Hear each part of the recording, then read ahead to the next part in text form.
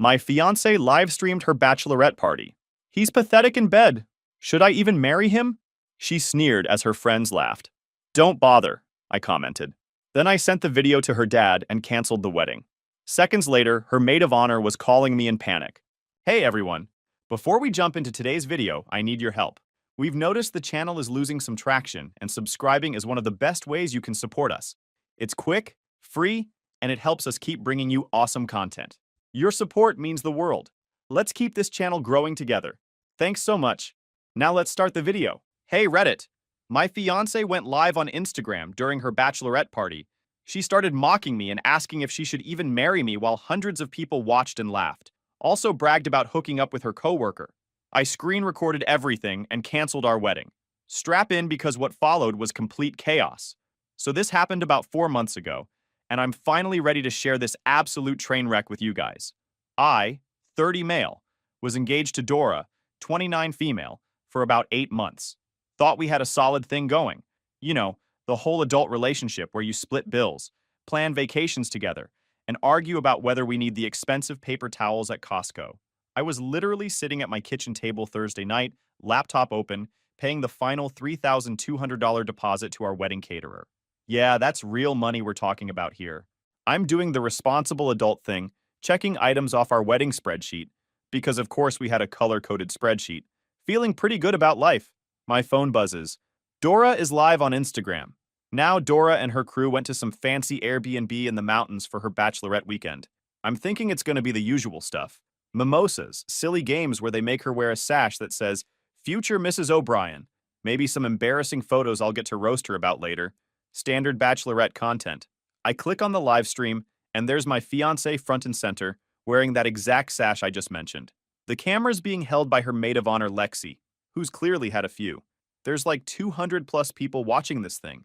Dora's face is flushed, she's holding some fancy bottle, and they're all laughing way too hard at everything.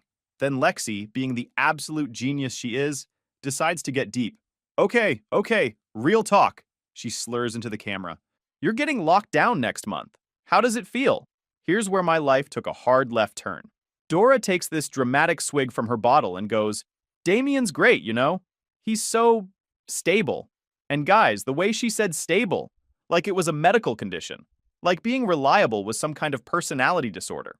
Her friends are giggling, and Dora's on a roll now. He pays the bills on time. His car is always clean. He remembers to take the trash out every Tuesday. Each thing she listed sounded like she was reading my obituary. Some voice from off-camera yells, but is he fun though? And this is where Dora really brought out the big guns. She leans into the camera with this look. You know that look people get when they're about to say something they think is hilarious, but is actually just mean? Yeah, that one. He's a great provider, she says, doing air quotes around great. My parents absolutely love him. Then she pauses, takes another swig, and the cruelty just starts pouring out. But God, he's so boring. Like you guys have no idea. Her friends are already giggling, sensing blood in the water. He tries so hard to impress me all the time. It's actually kind of sad. Like, he'll plan these elaborate date nights and get all excited about it, and I'm just sitting there like, she makes this exaggerated yawn gesture that gets huge laughs. Lexi, being the supportive friend she is, decides to pile on. Wait, didn't you say he still tucks his shirts into his jeans in 2024? Oh my God, yes, Dora squeals. And he does this thing where he checks himself in every mirror we pass. Like, dude, the receding hairline isn't going anywhere. Just accept it. The room is dying laughing now. And don't get me started about how boring he is in bed, she says, lowering her voice like she's sharing state secrets. He's so eager to please, but absolutely no idea what he's doing. I have to fake it every single time just to get it over with. The comments are going insane now. Laughing emojis, brutal messages, people tagging their friends to watch this train wreck. Lexi's practically falling over laughing. Lexi actually had to wipe tears. So honestly, guys, Dora says, looking directly into the camera with this smug expression, should I even marry him? The room absolutely erupted. Her friends are losing their minds. The chat is going crazy with fire emojis and "Don't do it, girl" comments. Lexi's laughing so hard the camera's shaking like we're in an earthquake. But wait, it gets worse. Someone in the background yells, "What about Marcus?" And Dora's eyes light up like she just remembered her favorite story.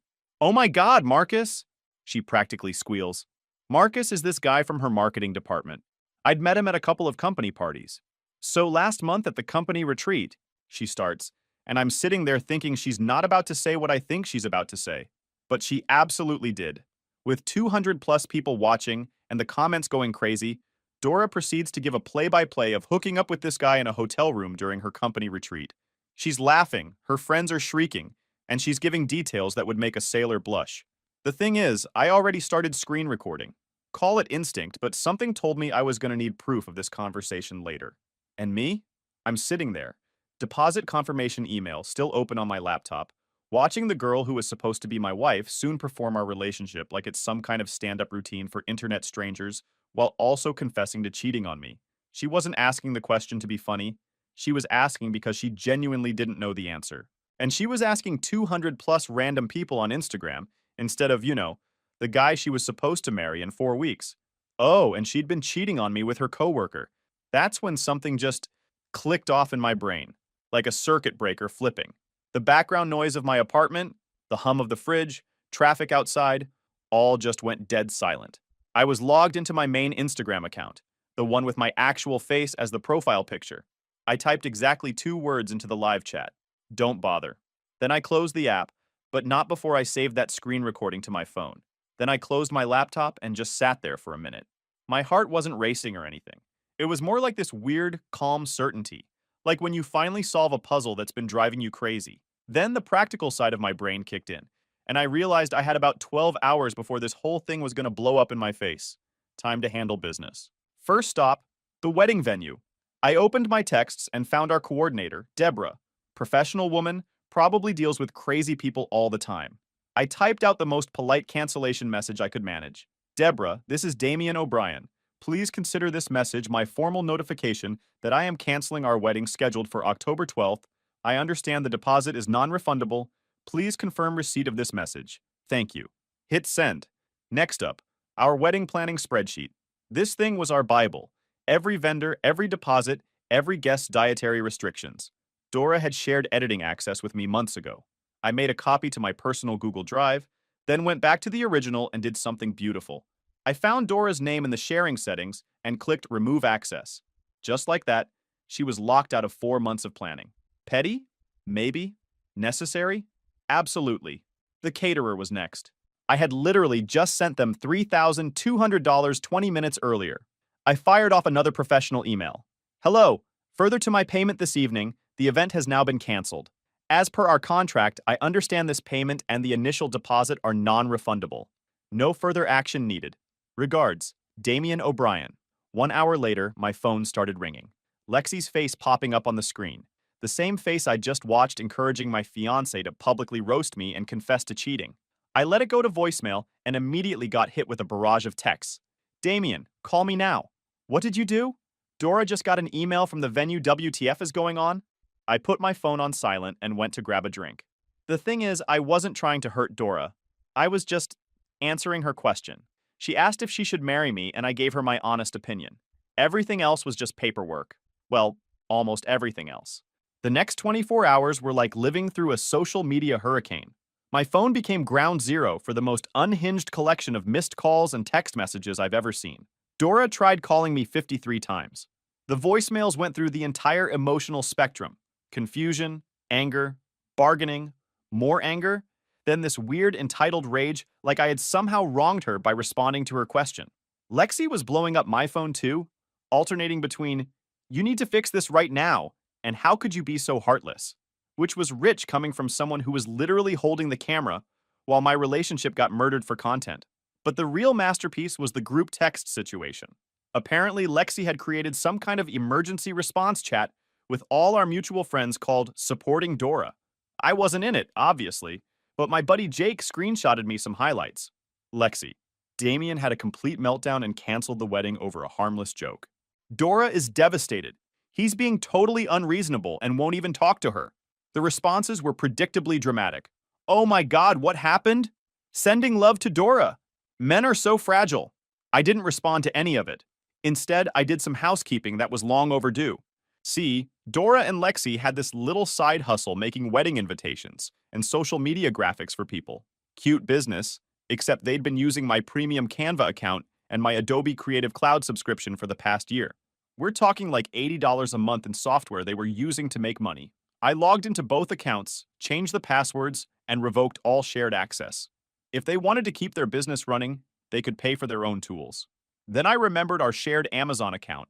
My credit card was the primary payment method, and Dora had been ordering everything from face masks to protein powder on my dime for months.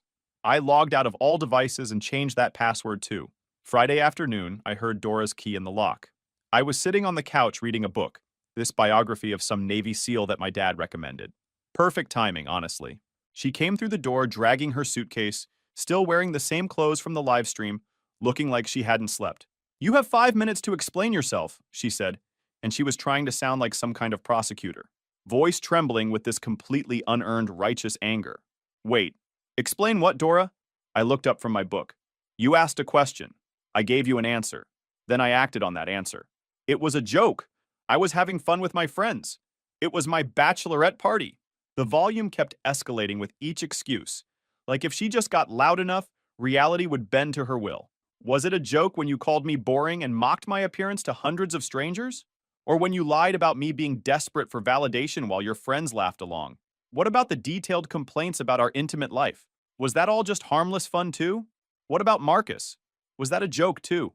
Her face went white. She'd completely forgotten about the full extent of her performance. "You were performing, Dora. You turned our entire relationship into entertainment for strangers. You humiliated me in ways I didn't even know were possible. And you forgot your most important audience member was watching." "No, it's you who humiliated me," she shrieked. "You commented for everyone to see. Then you called the venue. My phone exploded. Do you know how embarrassing that is? What am I supposed to say to people now?" "Oh, that must be very embarrassing," I said. "But you were the one broadcasting to hundreds of strangers. The humiliation started when you held up our relationship for public ridicule and confessed to cheating on me. I just ended the show." That seemed to break something in her brain. She just stood there opening and closing her mouth like a fish, trying to find some new angle to make this my fault. That's when her phone started ringing. Lexi's name flashing on the screen. Dora answered immediately, putting it on speaker like she wanted backup. "Dora, babe, where are you? Are you okay?" Lexi's voice was dripping with fake concern. "I'm at the apartment with Damien. He's being completely unreasonable and—" "I'm almost there," Lexi interrupted. I started recording on my phone. Something told me this was about to get messy, and I wanted evidence of whatever was coming next. 5 minutes later, there was aggressive pounding on my door. I opened it to find Lexi looking like she'd rushed over in her pajamas, face flushed with righteous anger. "How dare you!" She launched into me before I could even say hello. "You completely humiliated Dora. Everyone's talking about it. You're a pathetic excuse for a man. Lexi, you need to leave my apartment. Now." But she pushed past me into the living room where Dora was sitting on the couch, tears streaming down her face in this performance of victimhood. "Look what you did to her!" Lexi continued her assault. "She made one little joke and you destroyed her entire life. You canceled everything without even talking to her. What kind of psycho does that? The kind who doesn't appreciate being publicly mocked and cheated on?" I said calmly, making sure my phone was still recording. "You were literally holding the camera while she tore me apart for entertainment." "Oh, get over yourself," Lexi scoffed. "You're acting like such a victim. Dora deserves so much better than some boring, insecure loser who can't take a joke. I'm asking you once more to leave my apartment before I call the police." She laughed, this ugly, mocking sound. "Call them. Tell them your feelings got hurt. Dora doesn't need a pathetic loser like you anyway. You did her a favor." Dora had been quiet during this whole exchange, but now she stood up with this dramatic sigh. "You're right, Lexi. I don't need this." She looked at me with pure disdain. Then she disappeared into the bedroom while Lexi continued glaring at me. "You know what the sad part is," Lexi said, her voice dripping with condescension. "Dora was actually going to marry you out of pity." "I see," I simply said, still recording. Dora came back out with an overnight bag, her face set in this mask of wounded dignity. "Come on, Lexi. Let's go somewhere I'm actually wanted." They headed for the door, Lexi shooting me one last venomous look. "Don't get too happy, you haven't won," she said. "Dora has rights too, you know. You deserve to be destroyed and we will make sure of that. Lexi, next time you want to threaten someone, maybe don't do it on camera." I held up my phone, still recording. Her face went white as she realized what I'd captured. They left without another word, slamming the door behind them. Dora ended up staying at Lexi's that night, which was honestly a relief. I needed space to think, and the apartment felt peaceful for the first time in months. But the next morning brought a whole new level of crazy. My phone rang at 8 a.m. Dora's dad, Isaac. Now, Isaac's a good guy, retired electrician, built his own deck, the kind of dad who actually knows how to fix things. I'd always gotten along with him pretty well. Damien? His voice was heavy. What the hell is going on? Dora told me you had some kind of breakdown over her being silly at her party and canceled everything without warning. I could hear it in his voice. He was operating on Dora's version of events, which I'm sure painted her as the innocent victim of my overreaction. Isaac, that's not what happened. At all. Do you have a few minutes? Because there's a lot more to this story. I explained everything. Isaac went quiet for a long time. You could practically hear him thinking. Son, he said slowly, that doesn't sound like the story Dora told me at all. She said she made a few jokes and you went nuclear on her. I figured she might spin it differently. That's why I recorded the whole thing. Would you like me to send it to you? Another long pause. Send it over. I sent him the recording. It's about 15 minutes long. The worst parts start around the 5-minute mark. He got silent for a minute. I'll call you back. He hung up, and I went about my morning routine. About an hour later, my phone rang again. Isaac's voice was completely different now. Tired, but also angry in a way I'd never heard from him. Jesus Christ, Damien. I'm so sorry. I had no idea she could be that cruel. The shame in his voice was unmistakable. She told me you couldn't take a joke about being stable and boring. She didn't mention the bedroom stuff or mocking your appearance or that Marcus situation. And Lexi egging her on like that. He trailed off, clearly disgusted. I'm not telling you this to turn you against your daughter, Isaac. I just wanted you to know the full story. No, son, I appreciate you showing me the truth. What Dora did, that wasn't just being dramatic or silly. That was deliberately cruel. His voice cracked a little. I raised her better than that. Or at least I thought I did. I'm sorry you had to see it. Don't you apologize for her behavior. I'm the one who owes you an apology. And I'm going to have some very serious words with my daughter about what I just watched. The conversation was different after that. Not just a tired dad dealing with his daughter's drama, but a man genuinely ashamed of what his child had done to someone he cared about. What happens now? We untangle our lives, I said. That's all. But untangling was easier said than done. The first major issue hit me 2 days later, when I went to fire up some Call of Duty to blow off steam and realized something was missing from my entertainment center. My PS4 controllers. Now, I know what you're thinking. It's just game controllers, right? Wrong. These weren't just any controllers. I had 2 limited edition ones that cost me $200 each, plus my regular ones. Dora knew I was particular about my gaming setup, and she'd taken them when she packed her stuff Friday night. I sat down and wrote another email, this time copying Dora's dad. Dora, I'm fine with you taking your belongings. However, I need my PS4 controllers returned immediately. All 4 of them, including the 2 limited edition ones from my entertainment center. These were not yours to take. This needs to be returned tomorrow. And about the apartment? Now the rent situation was ridiculous too. We were both on the lease, both legally responsible, but Dora apparently thought she could just peace out without consequences. Her half of the rent was now a week overdue. So I continued the email as follows. Dora, this is a reminder that your half of the rent, $1,100, is now 7 days overdue. As per our signed lease agreement, we are both legally responsible for the full amount. Failure to pay will negatively impact both our credit scores and may result in eviction proceedings. Please remit payment immediately or sign a lease release form with the landlord. Regards, Damien. The phone call came within 10 minutes. I can't believe you emailed my dad. Dora was furious.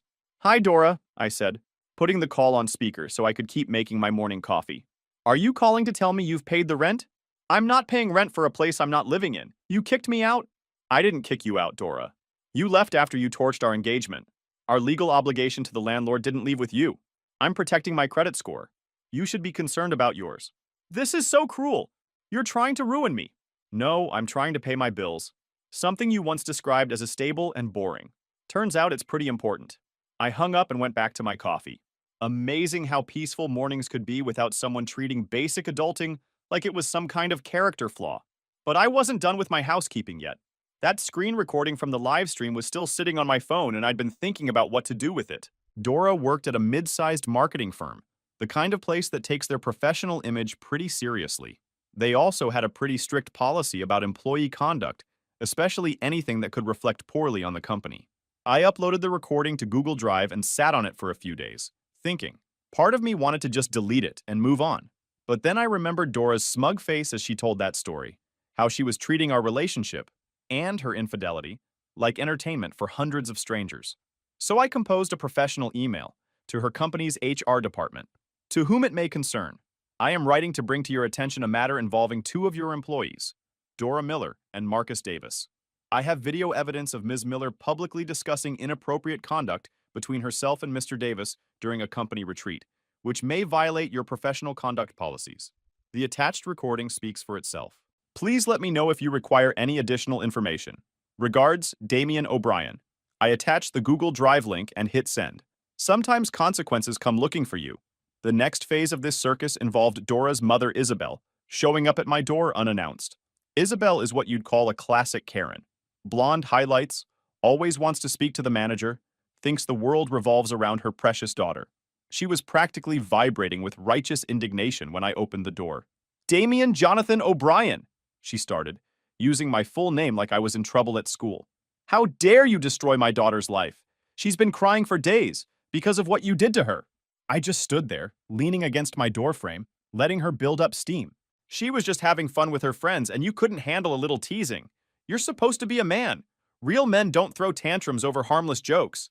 She was getting louder and more animated, hands waving around like she was conducting an orchestra of outrage. And now she's homeless, living on someone's couch, all because you couldn't take a little criticism. You've ruined her reputation, cost her father thousands of dollars, and for what?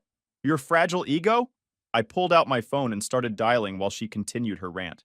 Dora was the best thing that ever happened to you, and you threw it all away because, hey, Isaac, I said into the phone, cutting her off mid-sentence. Yeah, I'm good. Quick question, though. Why is Isabel at my apartment harassing me right now? Isabel's eyes went wide. The mention of her husband's name caught her completely off guard. Her mouth actually fell open. Could you hold on 1 second? I asked Isaac, then looked at Isabel. He wants to talk to you. I held out the phone. She took it with this confused look, like she couldn't figure out how her husband had gotten involved. Hello? Isaac? I'm just trying to... That's when I heard it. Even from a foot away, I could hear Isaac's voice through the phone, and he was not happy. His voice was raised enough that I could make out most of what he was saying. Get your ass home right now. I told you to stay out of this. You have no idea what actually happened. Isabel's face went through several emotions. Confusion, embarrassment, then stubborn defiance. But Isaac, she's our daughter and he... More yelling from the phone. I caught fragments. Saw the video and embarrassed enough and not another word. Isabel kept trying to interrupt, maintaining that entitled energy even while getting dressed down by her own husband. I don't care what video you saw. I know my daughter and... The line went dead. Isaac had hung up on her. Isabel stared at the phone for a second, then handed it back to me with this forced smile that fooled absolutely nobody. Well, she said, trying to salvage some dignity, I still think you overreacted. She turned and walked away, but I could hear her muttering under her breath about real men and how no one understands what Dora's going through. I closed the door and went back to my coffee. Amazing how quickly people change their tune when they realize they don't have backup. Meanwhile, the Supporting Dora group chat was apparently becoming a salt mine of complaints about me. A couple of friends who weren't completely brainwashed sent me screenshots. The narrative they'd settled on was that I was being cold and punitive. Cold and punitive. For living my life and paying my bills while Dora was the one who nuked our wedding on livestream. But the real entertainment came when Lexi decided to escalate things. She created a new group chat, this time including some of Dora's extended family and a few people from her work. Her opening message was a masterclass in manipulation. Hey everyone, as you may have heard, Damien had a massive, unprovoked outburst and called off the wedding. Dora is obviously devastated. He completely overreacted to a silly joke she made at her bachelorette party and is now refusing to speak to her. We're all just trying to rally around her during this awful time. The responses were predictably dramatic. OMG, what happened? Sending love to Dora. What a psycho. I didn't dignify it with a response. Instead, I did a little more housekeeping. Remember that business Dora and Lexi were running? The one using my software subscriptions? Well, apparently they had a few client projects in progress that were due this week. Projects they could no longer complete because they didn't have access to the design software anymore. My phone started buzzing with increasingly frantic messages from Lexi. You need to give us access back to Canva. We have deadlines. This is affecting our clients. You're being vindictive. I blocked her number. Not my circus, not my monkeys. The controller's situation was still unresolved, and honestly, that was bothering me more than anything else. Those weren't just any controllers. They were limited edition, expensive as hell, and she'd deliberately taken them just to mess with me. It was petty theft, plain and simple. Isaac called me later that week. His voice was tired in a way that told me he'd been dealing with his daughter's drama nonstop. About the controllers, son, he said. I'll make sure you get them back. I appreciate that, Isaac.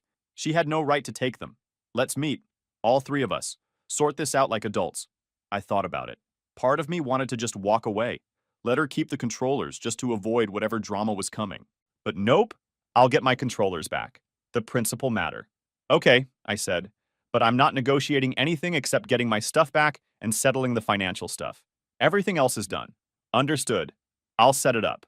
The meeting happened at a diner downtown. Neutral ground, Isaac's suggestion. It felt like a hostage negotiation, which I guess it kind of was. Dora showed up looking like she'd been living in sweatpants for a week, which she probably had. Her eyes were red and puffy, and she had this wounded expression that I'm sure worked great on her dad, but did absolutely nothing for me. Isaac looked like he'd aged 5 years and 2 weeks. Being the parent of a 29-year-old who still acted like a teenager in crisis mode was clearly taking its toll. He didn't waste time with small talk. First, he pulled a bag with my controllers in it, sliding it across the table to me. These are yours. Dora flinched but didn't look up from her coffee. I don't know why this is such a big deal, they're just… Dora! Isaac's voice was sharp. Not another word. I checked the bag. All 4 controllers were there, including my limited edition ones. The relief was immediate. I slipped the bag under the table without a word. Now, the rent, Isaac continued, pulling out a piece of paper, like he was reading from a prepared statement. I've sent you the $1,100 for last month's rent, Damien. I've also spoken to your landlord and paid the fee to have Dora's name removed from the lease. Well, that's just great, Dora muttered. Now I'm homeless because he couldn't take a… Dora, I said enough. Isaac turned to look at his daughter with this expression of pure parental exhaustion. This is the last time. The absolute last time I bail you out of a mess you made. Dora mumbled something that sounded like it was his fault too, but Isaac wasn't having it. Then came the final item on the agenda, wedding costs. This was the part I knew she was waiting for, her chance to claim some kind of financial victimhood. We need to sort out the rest of the wedding expenses, Isaac said. It's pretty simple, I replied, pulling out my own list. You and Dora paid for her dress and the invitations. I paid the non-refundable deposits for the band, the caterer, the photographer, and the full cost of our honeymoon to Italy. I also bought the engagement ring. Dora finally spoke up, her voice dripping with venom. So you're going to pay me back for the dress, right? I can't return it. I almost laughed. Absolutely not. You can sell it or burn it, I don't care. As for my losses, I'll be selling the engagement ring to recoup some of the honeymoon cost. Her head snapped up, eyes flashing. You're going to sell the ring? After everything it was supposed to… Dora, stop. Isaac cut her off before she could build momentum. I leaned forward, keeping my voice calm. It was supposed to mean we were building a life together. You didn't just question marrying me. You systematically tore apart every aspect of our relationship for laughs. Dora opened her mouth to respond, but Isaac held up a hand. That's enough from both of you. Damien, that's more than fair. The finality in my voice seemed to hit her harder than anything else I'd said. There was nothing left to argue about. Isaac nodded slowly. That's fair, son. We finished our coffee in silence and left. I never spoke to Dora again. It's been 4 months now, and the dust has finally settled. The apartment feels like mine now. Clean, quiet, and stable. Yeah, stable. I'm embracing that word Dora treated like a curse. I've managed to piece together the aftermath through the occasional text from mutual friends and the general social media grapevine, and honestly, it's been better than any Netflix series. Dora's situation went from bad to worse pretty quickly. First, Isaac cut her off financially. Completely. No more daddy's credit card, no more bailouts, no more safety net. Word is he told her she was an adult who made adult decisions, so she could face adult consequences. Apparently, watching that live stream recording really opened his eyes to what his daughter had become. Then things got really interesting. Dora and Lexi had a massive blowout fight, where Dora blamed Lexi for everything. For going live? Yes, turns out it was all Lexi's idea. LOL. For encouraging her. For making her say all those things. Lexi wasn't having it, and told Dora she was tired of being her scapegoat and unpaid therapist. She kicked Dora out of her apartment, leaving Dora scrambling to find somewhere to live. So now Dora's couch surfing between different friends, wearing out her welcome one living room at a time. Lexi signed up to be the fun-time maid of honor, not a full-time therapist for a bitter, broke roommate who treats her place like a crash pad and blames her for her own mistakes. Speaking of jobs, remember that email I sent to Dora's company? Well, it turns out HR departments take video evidence of employees confessing to workplace misconduct pretty seriously. Dora and Marcus both got fired within a week of my email. Apparently, the company retreat incident was already on their radar after some complaints, and my recording was just the evidence they needed to pull the trigger. Dora had to scramble to find a new job and ended up in customer service at an insurance company. From what I hear, she absolutely hates it. Marcus apparently bailed on her, blamed her for losing his job, and moved back to his parents' place in Ohio. Beautiful. She tells people I ruined her life, which is hilarious in a cosmic justice kind of way. I didn't ruin her life. I just stopped subsidizing it and let her face the consequences of her own choices. Turns out when you remove the financial safety net of a stable partner, lose your job for workplace misconduct, get cut off by your parents, and burn bridges with your friends, reality hits pretty hard. Lexi's reputation took a hit too. The live stream got screen recorded by multiple people and made the rounds through our social circle. She's no longer seen as the hilarious life of the party type, but more like the mean girl instigator who actively encouraged her best friend to torpedo her own future. I blocked the whole crew, Dora, Lexi, and Isabel, on everything. Social media, phone, email, the whole digital exorcism. Isaac still checks on me sometimes, though. He doesn't bring up anything about his daughter, but we still both respect each other, and he still treats me like a son. 3 weeks ago, we grabbed some drinks and talked about work. Last week, I booked a flight to Italy. Remember that honeymoon we were supposed to take? I'm going solo. As for the ring, I sold it and got a decent price. Lost money overall, sure, but I gained something worth way more. Peace of mind. Oh, and I threw some of the cash at a new lit gaming monitor. The Asus VG249Q1A, aka the 24-inch weapon of choice. 165 Hz refresh rate, 1 millisecond response time, IPS panel with colors that hit like a punch to the face, and zero lag. Clean, sharp, built for domination. Best breakup W I've had.